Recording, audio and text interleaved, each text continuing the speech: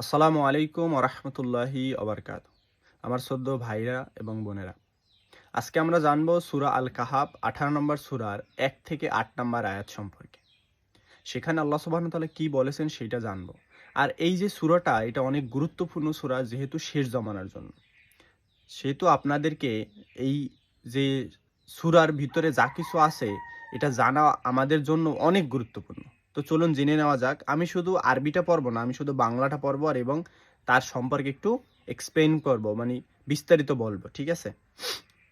তো প্রথম আয়াতে আল্লাহ সুবহানাহু ওয়া তাআলা বলেছেন, সমস্ত প্রশংসা আল্লাহর, যিনি নিজ বান্দার প্রতি কিতাব নাজিল করেছেন এবং তাতে কোনো বক্রতা রাখেননি, কোনো রকমের বক্রতা রাখেননি। বক্রতা মানে কি? এখানে কোনো তেরা তোরা নাই।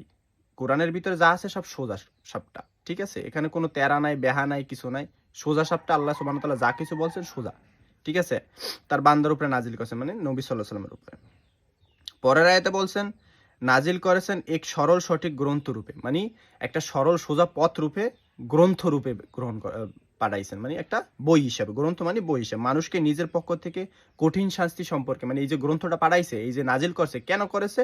মানুষকে কঠিন একটা শাস্তি সম্পর্কে সতর্ক করার জন্য। কঠিন শাস্তি কি? যে কিয়ামতের দিন যে হিসাব টিসাব হইবে, জাহান্নামের যে একটা পরিস্থিতি আছে, সেখানে যে সাজা হইবে, সেইটা সম্পর্কে আল্লাহ সুবহানাহু ওয়া তাআলা, মানে জাহান্নামের যে সাজাটা, সেটা অনেক কঠিন, সেইটা সম্পর্কে বিস্তারিত বলার জন্য আল্লাহ সুবহানাহু ওয়া তাআলা এই মানুষের সতর্ক করার জন্য এই জিনিসটা নাজিল করেছে।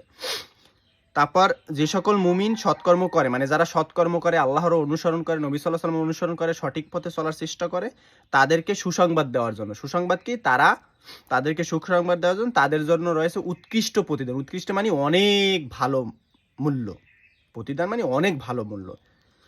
আর সেটাই যাতে তারা সর্বদা থাকবে, মানে জান্নাতের কথা আল্লাহ সুবহানাহু ওয়া তাআলা বলেছে, যে তাদের জন্য উৎকৃষ্ট প্রতিদান রয়েছে, মানে জান্নাত রয়েছে, তাতে তারা সর্বদা থাকবে। এবং সেই সকল লোকের সতর্ক করার জন্য যারা বলে আল্লাহ কোনো সন্তান গ্রহণ করেছেন। এই যে সন্তান গ্রহণ করেছেন মানে কি? এই যে কথাটা বলছে, এটা স্পেশালি খ্রিস্টানদের জন্য বলা হয়েছে। কারণ খ্রিস্টানরা বলে ঈসা আলাইহিস সালাম আল্লাহ সুবহানাহু ওয়া তাআলার বেটা, নাউজুবিল্লাহি মিন যালিক।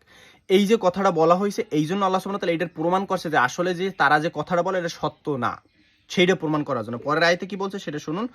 এই বিষয়ে কোনো জ্ঞানগত প্রমাণ না তাদের নিজেদের কাছে আছে, আর না তাদের বাপদাদার কাছে ছিল। এটা অতি গুরুতর কথা যা তাদের মুখ থেকে বের হচ্ছে। তারা তা যা বলছে তা মিথ্যা ছাড়া আর কিছুই নাই। এখানে আল্লাহ নিজে প্রমাণ দিয়েছে যে তারা যা বলে আসলে তাদের কাছে কোনো ডকুমেন্টস নাই, প্রমাণ নাই, এবং না তাদের বাপদাদার কাছে আছে, না তাদের কোনো কাছে কোনো প্রমাণ আছে যে তারা যে বলে ঈসা আলাইহিস সালাম আল্লাহর পোলা, ঠিক আছে? এটার কোনো প্রমাণ তাদের কাছে নাই। তারা এটা নিজের ইচ্ছায় বলে বা ভুয়া সুয়া।